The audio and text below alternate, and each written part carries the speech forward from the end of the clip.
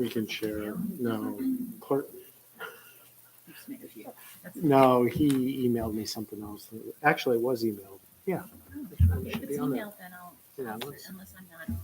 No, it just got stapled with something else, so I was like. Let me- Okay, so we're recording. Okay, great. I'd like to call to order the June 7th, 2023 Conservation Advisory Council. And what I'd like to do first is call order. So we have Ellen, she is remote. We have Chelsea here, we have Mickey here, we have Vicky here. We have Ashok here and Dart and Clark, as well as the town representative. And Laura remotely, I believe, I, or maybe not yet. No, I'm here. oh, hi Laura. Sorry we didn't Hello. see you there.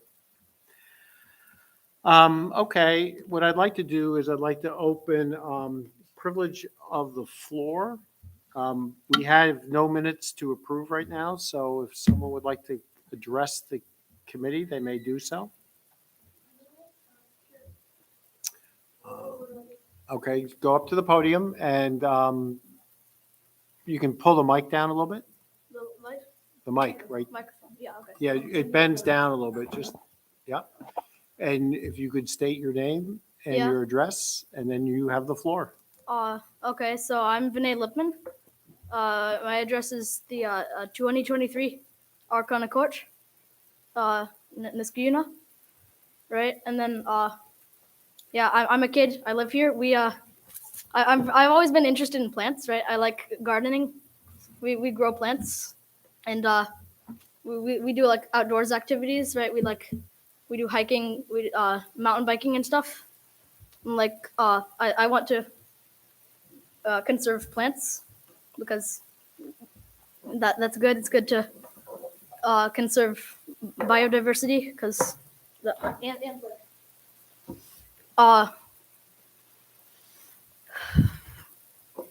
I want to conserve like wild space, so like hiking and all that stuff can be done, and it's like it's important for the environment. I don't have anything else to say. Great, thank you so much.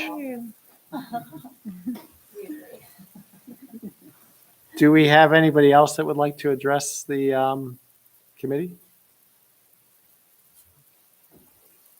Seeing none, we'll close the floor and move on. We have no EAF forms to refer tonight, and we have no discussion items. But what we do have is a number of reports.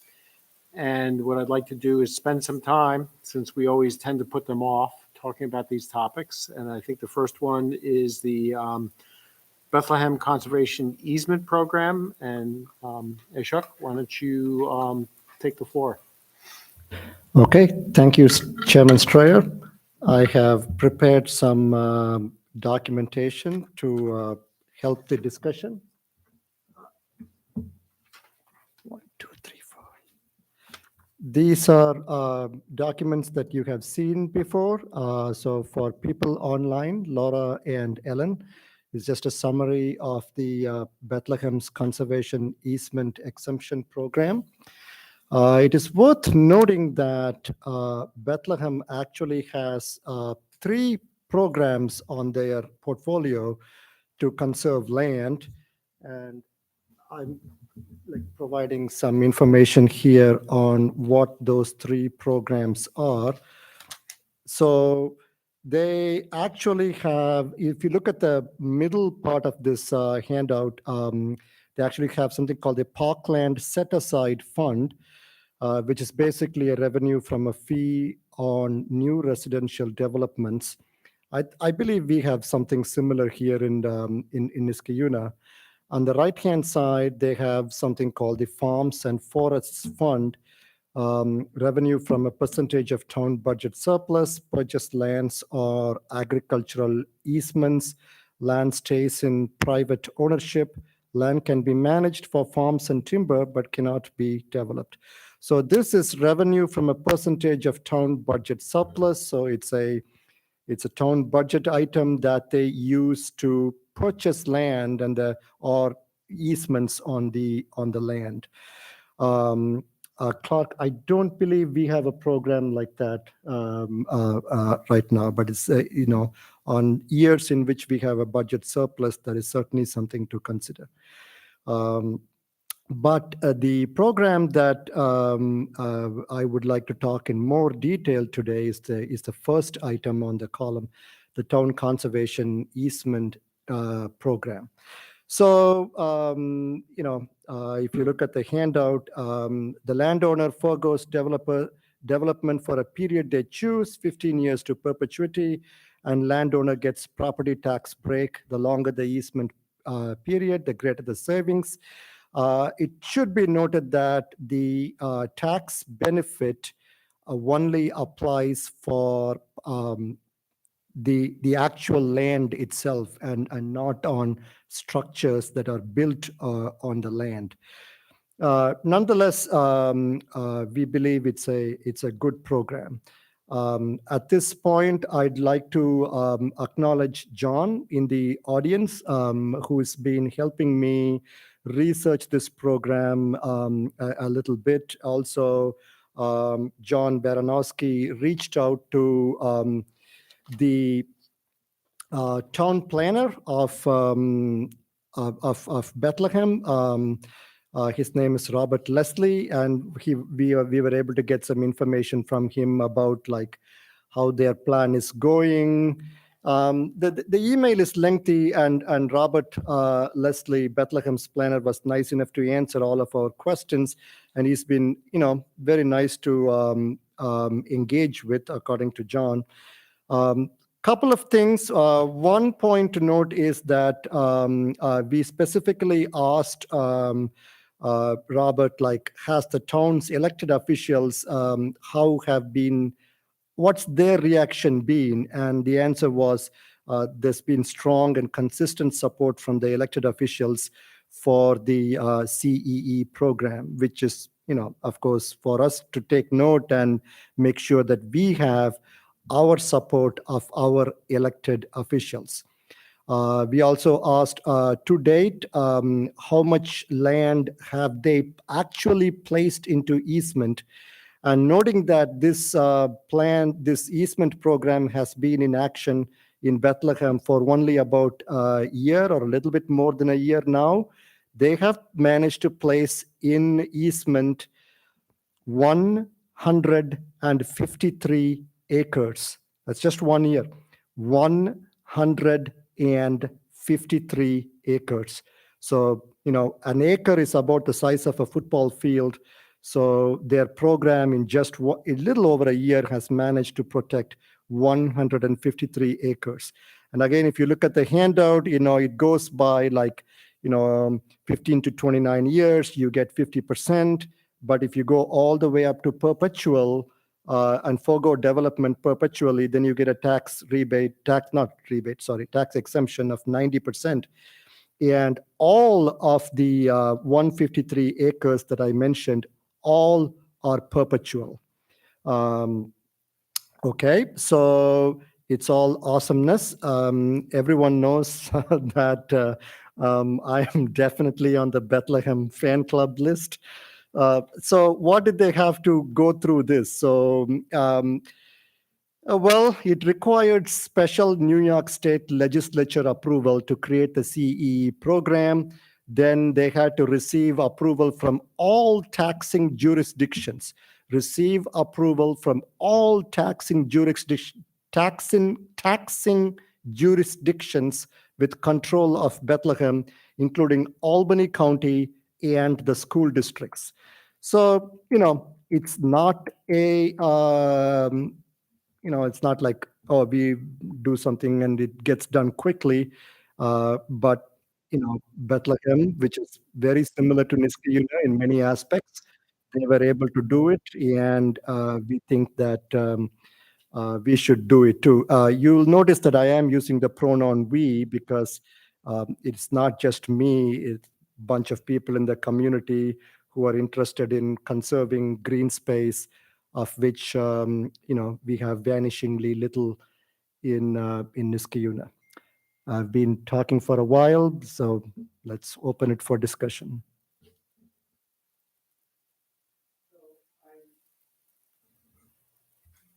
I have one question. So I see it's 5 acres or more. Do they have to demonstrate that it's of value to the town? What is the process? Is it just if I have a 5 acre threshold, I can apply for this, or is there some sort of review process? There is definitely a review process. They have, so if you look at the bottom right of the handout, like this handout, there is something called the Conservation Easement Review Board. There are 5 voluntary members who review applications. We also asked, well, I keep saying we, but it's really John who spent his time and reached out to their town planner, and we specifically asked them what made an application unsuccessful, and this is the answer. Most applications that were not successful are those where the owner wishes to only place the constrained land on the property, slopes, wetlands, floodplain, within a conservation easement, and leave all the developable property with rights to develop in the future. The CEE program guidelines state that to apply for an easement, when the landowner is willing to forego development. So you can't just say, hey, I have some wetlands, I can't do anything with these wetlands anyway, let me get into the program. So hope that answered your question, Chairman. No, that did. Yeah. Do we have any other questions? How long did it take for Bethlehem to be able to go through all of those approvals? I know you said a few different, like county, school, everything. Did they give you an idea of how long that took? I will be a good scientist and say I do not know the answer to that question, but I will speculate. Knowing what we know about how government works, I would say about 2 years. From inception. It should be noted that part of the process, part of the successful process for outcomes like these is a strong community outreach effort, because there will obviously be pushback about like, okay, if we start putting all the land in easements and start conserving all the land, then what's going to happen to the tax base? And here again, we did some literature review. John found some nice papers that actually talk about property tax impact of putting land in conservation. Property tax impact of putting land in conservation. And, I'm going to be a little bit of a geek for the next 5 minutes and go through some of the salient points in this very nice paper. For those of you who are on our virtual call, you don't have this paper in front of you. I will email you a PDF later tonight. But this is a nice journal article, thoroughly researched from an economics journal. Again, as a scientist, I always like to separate fact from opinion. So when we say that does land conservation increase the tax burden, the answer is not so much, and that is not an opinion. It is fact. It's a full PDF. I only printed out the first paper for you all. So on the front page, the highlighted item, I will read aloud. We find that on average, new protection results in a small increase in annual tax rates, with an expected change of 2 cents for every $1,000. That's an expected change of 2 cents per every $1,000 of value, or a 1 percentage point increase in the percent of municipal area protected. This corresponds to an increase in homeowners' annual property tax bill of $1.16 per $100,000 worth of value. So yes, it is a small increase, but it comes to about 2 cents for every $1,000. So, and when you take into account the impact of this 2 cents versus raising the property values are always higher when they are closer to green space, and property values diminish when green space is eroded. I mean, it's not for naught that if you go to New York City, the property values increase exponentially the closer you get to Central Park. And given the health benefits to the community, and all the ecosystem services that wetlands and forests provide, this 2 cents for every $1,000 is very much a burden that is bearable, in my opinion.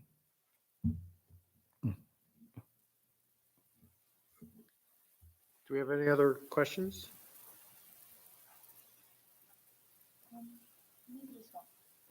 So for Niskayuna purposes, I know Bethlehem generally has more acreage on certain lots. So do we know kind of the percentage of our residential homes that sit on 5 acres, or should we modify that for Niskayuna standards? That's a very good question. Laura has this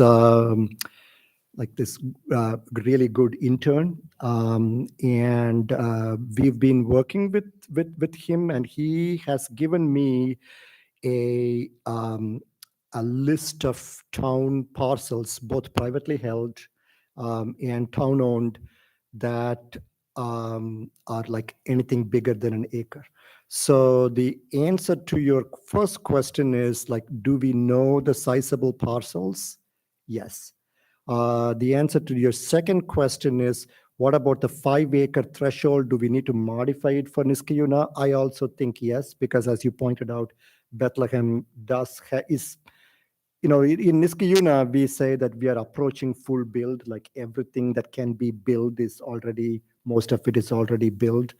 So we should have a lower threshold, which kind of brings me to the next point,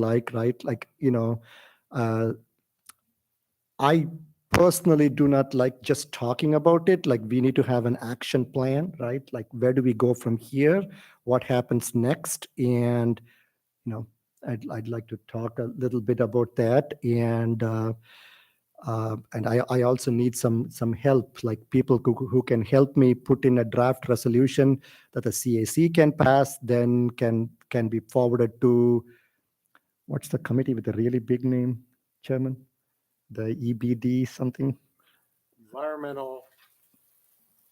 Environmental, historic, preservation, but I'm preservation, missing one, yeah. economic development or something like that. Yeah, that. And maybe from that, it goes to the town board or something like that. Meanwhile, we need other people to look at the school district, what's the impact at county level, and all that. It is a big project, but one certainly worth undertaking.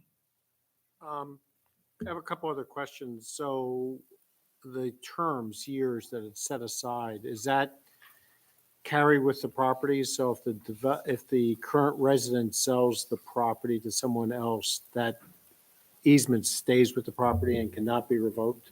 Yeah, I believe just like any other easement. Somebody holds the easement, and that person has the legal right to protect the easement. I do not believe it's diminished or destroyed by sale of the property. And are there restrictions on the development of the open space? I mean, clearly you can't subdivide it. What other restrictions are put on by that easement? I don't know. Okay. Sorry. Well, no, that's fine. We can reach out to their town planner and get the answer to that. So I had a question. Go ahead, Can you hear Ellen. me? Okay, so I'm just curious, if you have to go to every school, does that mean that we need to go to like Duanesburg and Chalmont and Mohonasen in the county? Because all of those have much bigger parcels of land. Or is this So, just- Ellen, thank you for your question. As I understand it, this this only applies to entities that levy tax on Niskayuna residents. I'm not 100% confident on that, but that is my understanding. So obviously, the Niskayuna School District, we all pay the school tax. So unless because it is a reduction in the tax for the landowner, right? So unless those entities that you mentioned directly levy tax on Niskayuna residents, we wouldn't need to worry about that. However, initial establishment of the program does need an act of state legislature. So we would need to go through our elected representatives in New York State Assembly as well as the Senate. So the way I interpret that would be is we would get the county, we would get the town, we would require the Niskayuna School District, the South Colony School District, because part of the town is covered by the South Colony, and the state legislature would bless it, pass a resolution. Is that? Yeah. Okay. And I don't know, how are special districts,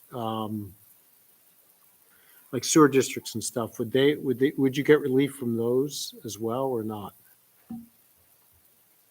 It's a very good question. I don't know. Yeah, I'll write it We would down. definitely have to figure that out because generally but imagine if you were like in a sewer district or something, it might be harder to give that relief for that particular entity because usually it's a group of limited properties that are supporting an infrastructure item. But I'd be interested to find out. Mm-hmm.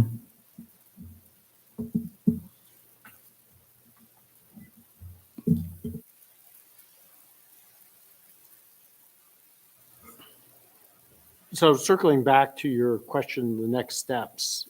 I think programs like this, and there's other programs that are also could be really good tools to preserve open space in the town is really important for the town to investigate and look. And I think what we should do is try to put together some sort of fact sheet, maybe how it would apply typical to Niskayuna, maybe include some of the impacts. I would think that people would be concerned about the impacts, both the benefits and the cons. So I think, what you're saying about the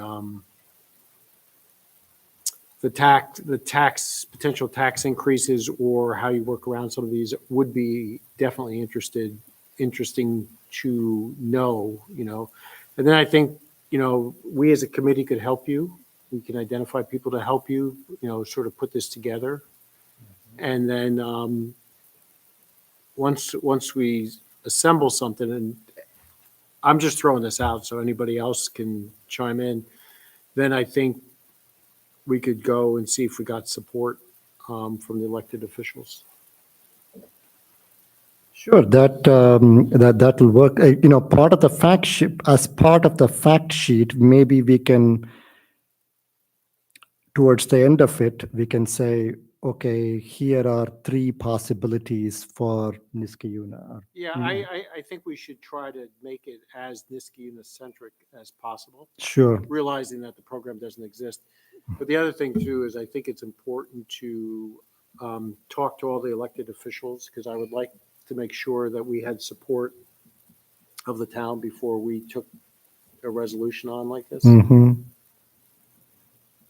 So I'm happy to get started working on a fact sheet, but it should be noted that I will be missing the CAC meeting in July as well as August because of a 2-month travel to India. So would anyone like to volunteer right now to kind of keep the ball rolling until September? I can get it started. Okay, Chelsea, thank you so much. Thank you, Chelsea. Yeah. And, I could start working on the fact sheet. There are some good questions asked today that I didn't have the answer to. I can find out those answer. John has been a pleasure to work with. I'll continue working with him. And I can also reach out to elected officials and have their take on things. Yeah, and I might add that in the 2013 comprehensive plan, these preservation tools are talked about, and easements are one of the tools, I believe, that are discussed in there among several others. So, it's certainly, if this particular program's not in it, by name, the essence of implementing such programs definitely is in the comp plan. So this is aligned sort of with the comp plan to investigate these types of programs. Before we move on to the next item, question for Clark. Is there any scope for the third item here to siphon off some budget revenue from a surplus to create that? Because that doesn't require any act of legislature or anything like that, and it gives the town a pot of money to buy stuff or buy easements. Yeah, I'm not really aware of that right now, Ashok. I would suggest that we do what you're doing and get a round of questions, maybe bounce them off of Bethlehem to help get a little more information, and then package the program a little bit more so it could be presented to people within Okay. town hall, even, especially the question of what steps did you have to go through to implement it? Okay. I'm always wondering, is it a 3-month project or a 3-year project kind of thing? So having a little more definition to what's involved, I think would help people who are completely unfamiliar with it. Okay, that's a good point. Thank Yeah, you. and as this progresses, at some point, I think we should definitely reach out to the school districts. Again, I think it's best to find out where everybody's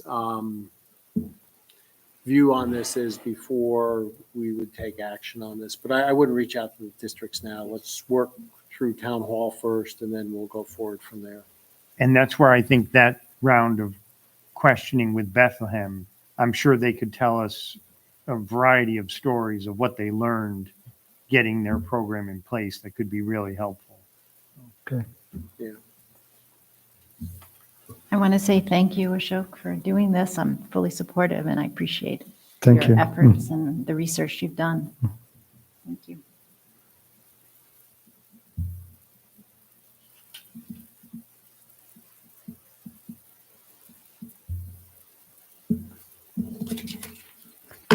Okay, the next item we have is the natural resource inventory. Okay. Do you have something you want to talk about? Yeah, sure.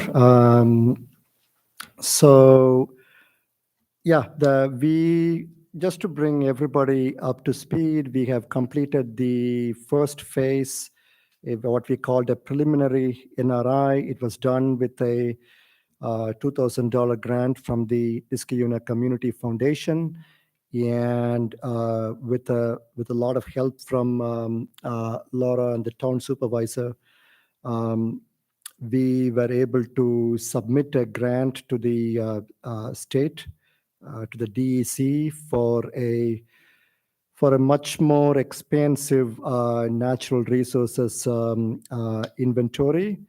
In the meantime, I'm also happy to report that one of the key recommendations in the natural resources inventory first phase, which was to have a hiking trail through the community center forest behind the swimming pool, the town swimming pool, is well on its way. We are doing it correctly. We're not just saying, oh, here is the town, here is the CAC, we are going to do this, but we are getting the community involved. And we've got the local mountain biking community involved. All the people who use the lacrosse fields and soccer fields over there, they are involved.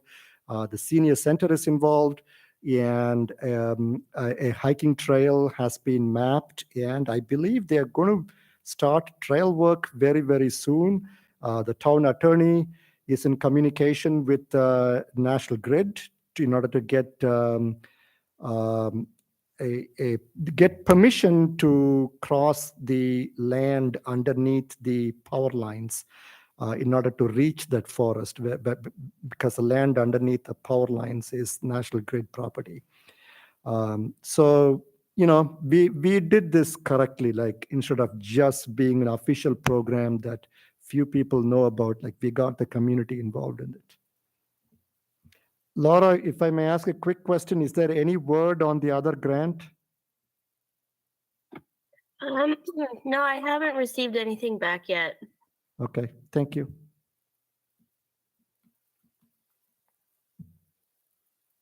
So in your view, Ashok, the next phase of this NRI, do you have an idea of what you're scoping out or what the scope of that would be?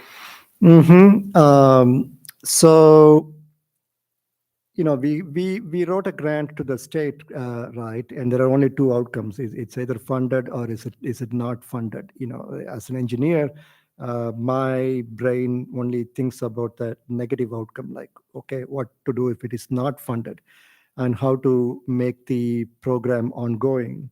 We can do another mini NRI with, say, $2,000, again, a request from the community foundation. I'm told the state and or even the county may have some funds that can be allocated for projects like this. So those are options worth considering. Great. Well, thanks for taking this on. Yeah. Okay. If we have no other reports on that, are you done? Yeah, that's Okay. done. All right. Do we have anything to report on the pesticide outreach at all? Ellen, are you still with us? I am. Okay. So I just would say that we went to Arbor Day and we probably got, or I went to Arbor Day and got, 15 or 20 more people to sign up. So that was really nice, and planning to attend the farmers markets again this summer. And little by little, I'm hoping that we can continue to grow the program. I'm probably gonna go down and go to a county legislative meeting and see what we can do about that, about, pesticides there. I'm planning on meeting Ray and Roy, and we're going to look at the invasive species that are over in our growth area to talk about that and what we can do about that. And also the care of the bluebird houses. And if anybody else has any other places that they think that we could, I also went to, I also went to, I emailed everybody. I'm sorry. Niskaday. I went to Niskaday. So that wasn't as successful, but it was still good to talk to people and give them some information and just see people. So that I think I may be like 3 or 4. But that's about it. Okay, great. Thank you for the update. I just wanted to Yeah, add go a ahead. couple of things. Ellen, I had emailed you about this. So I believe like 2 weeks ago or something like that, I attended a town board meeting, and just to say the message in one more venue.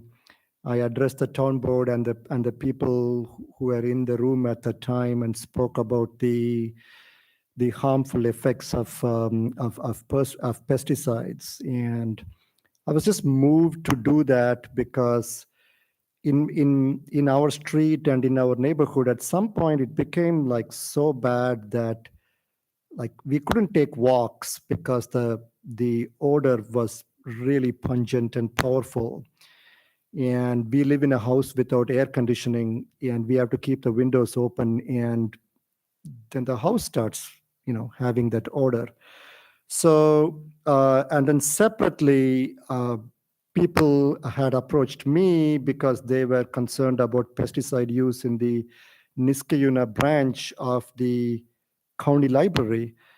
And, this is a place frequented by pets and children, and so we spoke to county officials, and they were nice enough to tell us that, okay, we heard you, and we are going to stop using pesticides at the Niskayuna branch. I am going to be talking to SKIAC on their next meeting on their privilege of the floor. I believe it's a Zoom meeting. So, Ellen, would you be able to join me in that meeting? I think so. I don't know when it is.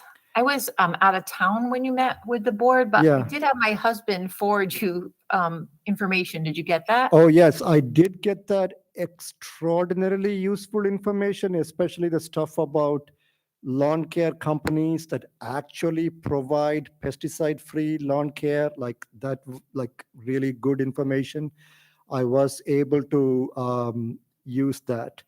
The meeting is 1 week from today, Wednesday, June 14th at 5 p.m. And our own Chelsea can get us hooked up. with the- Yes, Alex did respond to me. He said he's going to send you the invitation, so I can also give him your email as well, Ellen, so you can see that. It's currently online, virtual, but he's trying to book, a place at the Scotia Library. So we'll see what he gets. Can you just please tell me again the who this is, the county what? So this is for the Schenectady County Environmental Advisory Committee. And Alex Likens is, the chairman. He runs it, and he actually works at Union with ASHOC. So I can connect you as well with him, but it'll be a good opportunity to kind of brainstorm a little bit with them as well on a county level. Okay, and have you guys been already working on this? So, I mean, ASHOC, it sounds like he's been communicating with Alex pretty readily. No, I meant the actual county committee. Oh, no, this is relatively new to the county, this concept. So I think it was brought up either by ASHOC, or how did Alex come to know? Well, it's me. I raised the issue at the county level.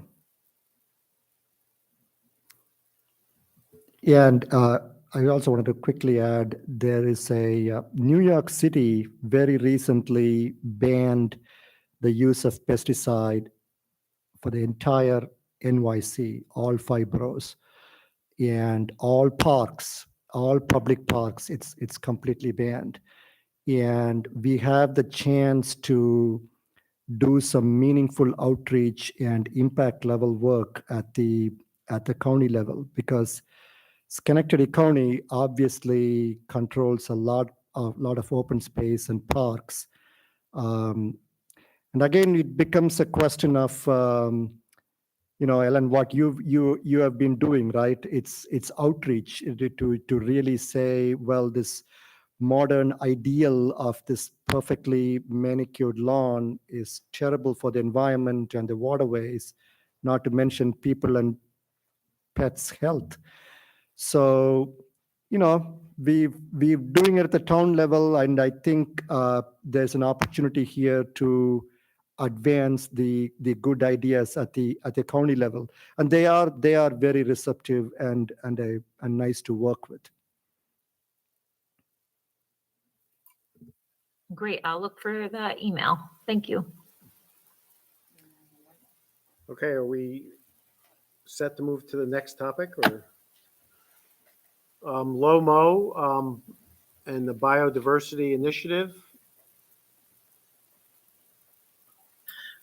So I sort of covered that so that's what it's sort of like all Yep. combined with the pesticide free, because the proceeds that we get from selling the signs, we're using to buy seeds to use in our Lomo area. That's what, and I was discussing this with Roy. So hopefully we have a late June meeting with Roy and Ray from the Highway Department and myself, and anybody else who would like to join us to work through some of those.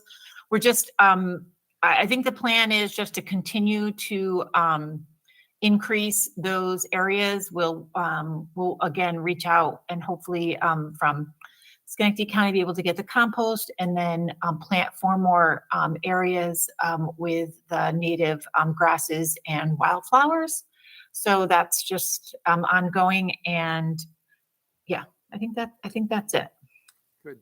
I do want to say anecdotally, No Mow May seems to have caught on, at least in the yards I looked at. It seemed like a lot more people were not mowing their lawn during May. So it's slowly but surely it's progressing. So as a town, we if we are going to do Lomo May, we need to fix the town code, because I believe we have a code ordinance against it. So I've had people ask me about this, and I have said that I'm working on pesticides and composting, but that if anybody else is willing to take up the initiative of fixing the code or getting that to what it needs to be in order for people to be able to do Lomo, is that I highly encourage them if they would like to. Yeah, I I will think we help. can take that on. I'll help with that. Okay. I actually got an email from a friend who was given a citation last year on Niska Day because her grass was too long. And, she had the sign, the No Mow May Yeah. sign. And so, I told her about, I did reach out to Laura about it because I didn't know about the ordinance and was told that it's, that there is this Yeah, I think ordinance that you can't have above, I believe, 10 inches or 12 inches. I can't Mhm. remember. Anyway, so I think it's worthwhile pursuing, because if we're encouraging people not to mow in May and people are getting cited for it, that's not a good, it's not a Yeah, good thing. no, I agree with you. I think the town's policy is they are not going to drive around and look for people that have not mowed their lawn, but if a neighbor complains, they have to enforce the law. So we should definitely look at that. And I think that's an easy fix to the ordinance, so. What happens is though that the town sends a letter to all of the residents who are on the Niska Day parade route, telling them to tidy up their yards. Oh, Yeah, so that might be where that came from. the only other thing we should look at too is if homeowners association, they sometimes have more restrictions on properties as well. So we need to be aware of that. This is So- on Grand Boulevard, but anyway.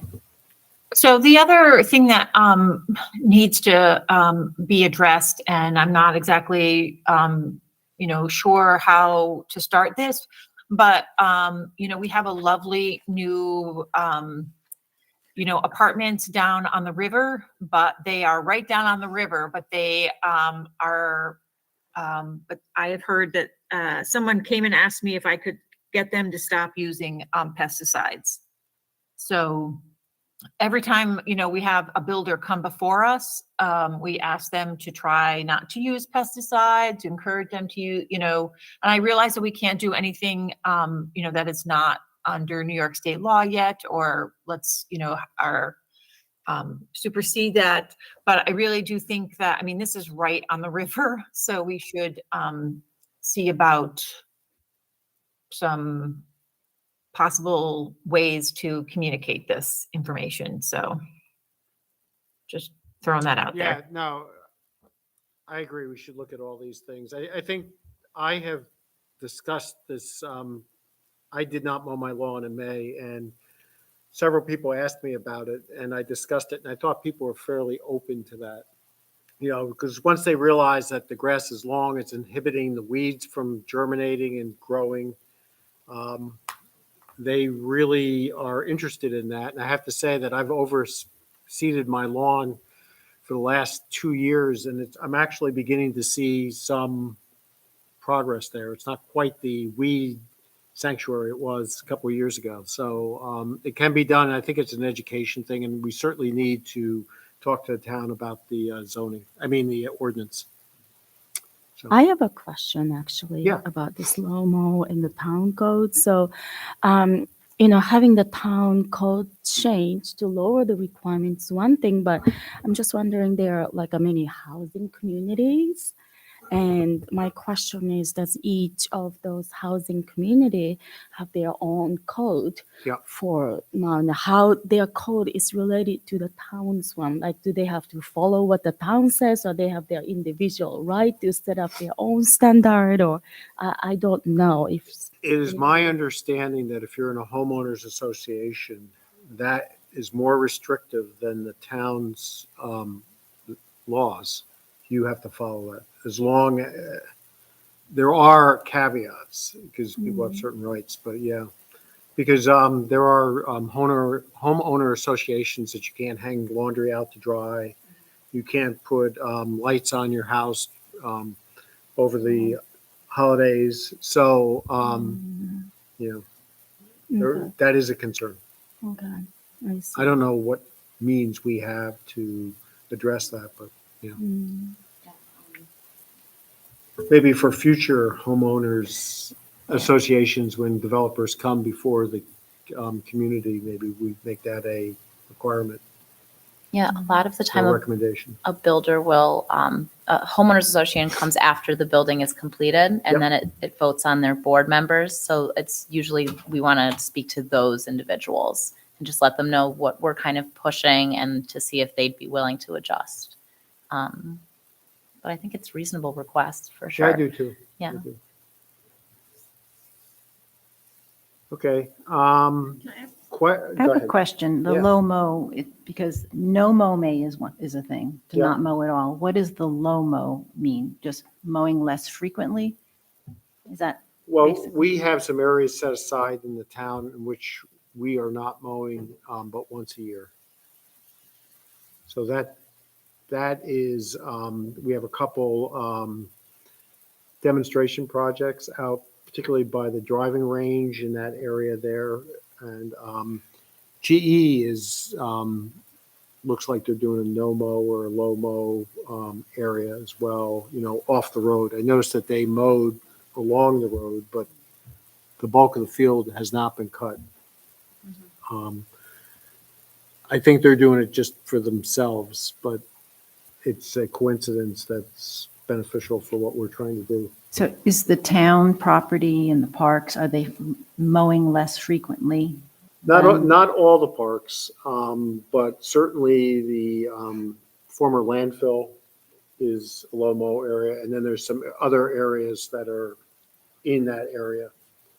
When we went out and we established the low mow area, it does back up on some residential areas, and I know a bunch of us went out and we talked to the residents, and they were curious about it, but I think by and large, they were supportive of it. So I think, people are sensitive about lawns, and I think it's something that we should encourage, and we should just, be, involve the community in the process. For sure. Because I don't think everybody would support Mhm. no mow or low Yep. mow. Thanks. And I'll quickly add that Laura was able to get these nice signs it asks like, hey, why is the grass tall in here? Like, and it says like, oh, we are not being sloppy. It's our commitment to biodiversity and people's health. So, and yeah, so part of the outreach. I had one on my That was lawn actually- I that was got from actually Portia. Ellen. Sorry, go ahead, Laura. Oh, the sign, Ashok, was actually Ellen. Oh, sorry. Sorry, Ellen. Ellen made the sign. My apologies for saying it was Laura. No, it was a group effort. No worries. No worries. And really quick, just a note, my neighbor who's a big participant in the birding community says he has seen a lot of the ground lying birds bounce back in those areas. So we are seeing improvements in just the year, just to note. Excellent.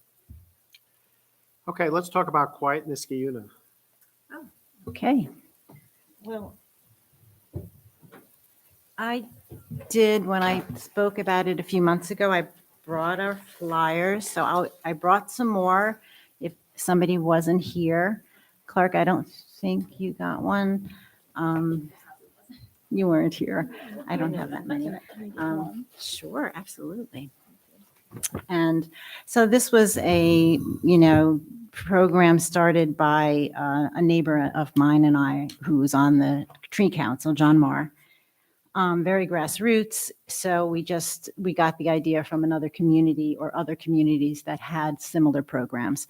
So we created a website. We have a Facebook page. We made a flyer, and we've been just at this point doing a lot of outreach and education to people because it's really the gas leaf blower. I mean, Quiet Niskayuna, Quiet Communities tries to encourage, people to think about the noise level of the lawn or landscaping equipment that people use, but we're focusing on the leaf blower. And basically at this point, we're at the just education piece. Some communities have restricted the use of the gas leaf blower and outright banned them, but right now we're just doing outreach. So we've been at the farmers market, Arbor Day, and we'll continue to do that little by little, just raise awareness about it. Questions? Oh, I actually have a question. Was this brought up to that committee, the one that you talked about earlier? Is this an official town program or a Conservation Advisory Council program that we're It can promoting? be, I think it can be part of our program. It did not get brought up yet. Will It be. didn't. Yeah. Okay. I like it, though. I think it's a great idea. You like it? Yeah, no, I think it's really good. There's so many better options out there. Absolutely, yeah. Yeah. Actually, we want to slightly not modify it. We're still going to continue to have this flyer, but we want to make a version for landscapers because I have been giving them to landscapers because I think the workers aren't aware of the health effects. And I got a very, very nasty email from somebody, very nasty. So I think we need to be sensitive to maybe some of the landscapers feel threatened by this. They think that we're, right now the gas, leaf blower is what they use. And so I think just saying something like, having a paragraph saying, if this is your job, if this is something that you have to do, here's how to protect your health, your hearing and your lungs from the effects of the leaf blower, that sort of thing. So that's coming down the road. I'm getting together with John next week, and we're gonna make another version. Can I ask a question? Yeah. So has there been any, this was just a thought of mine is, I know that there's a landscaper in Niskayuna, and I know that they do like 110 lawns, in Niskayuna, but maybe perhaps reaching out to one of those and seeing if we could do a pilot program with them about possibly switching out, electric blowers for a week or something along those lines and seeing what that looked like. Mhm. I mean, there would be a cost, that entailed with that. So, I mean, I think it's worth talking to landscapers. I mean, informing them about the alternatives. They probably know about the alternatives. I did call a couple of landscapers and, was told that this could never, the electric version or the battery powered version will never work because they don't work as powerfully. They need to go from home to home very quickly. But, the technology is changing. They are getting more powerful. They're getting cheaper as well. And I mean, when I walk around, I see most homeowners using the battery operated one. I don't think I've ever seen anybody with a gas powered one. We had one guy come to our table who said he's not giving up his gas powered one. He was a homeowner, but I think it's not as common. But I think I'm open to, obviously, it has to start somewhere. And if you find a landscaping business that's not real big, that's a little more environmentally conscious, sometimes it takes just, that right contact or inroad, and then you can, show that as an example, like this company is doing it. How about, you try it as well. So we can talk more about it, Ellen, for sure. Okay. But what's the name of the company? Do you know? We can get that. after. No, Okay. I Let's don't get know that off the top of my head. Yeah. Okay. Okay, Climate Smart, do we have any report on that at all? So I'm not, oh, wait a minute. So I'm not really, what's under Climate Smart? Um, That one's Barbara. usually me. That's us trying to become certified for a bronze level climate smart community. And one of the things that we did was we got a grant award to do a greenhouse gas inventory and a climate action plan for the local government. But I have to put an RFP out to get a consultant to help us do that, which I haven't done yet. Okay. Although, Ellen, the composting does fall and count as one of the things to become climate smart. Like the composting sort of falls underneath that. Okay, so can I just say, so we did the composting class and that was very successful. And we're working to get that up online with all the information. And our next step is to have a meeting with the supervisor and with Ray, and hopefully Kyla from Cornell Cooperative Extension, and create a pilot place for Niskayuna residents who want to compost but don't want to compost at their home, so that they'll have a spot to bring it to. So I'm hoping that meeting will be scheduled soon as well. So yeah, so that's where that is. Great, thank you, Ellen. Do we have any other business before the committee for this evening?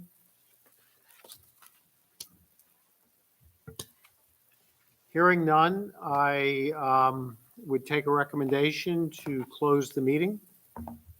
Somebody want to make a recommendation? I'll make a recommendation. Okay, does someone want to second it?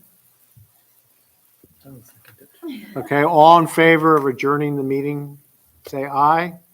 Aye. Bye. Any opposed? Hearing none, we're adjourned. Thank you. Says that hearing none really quick.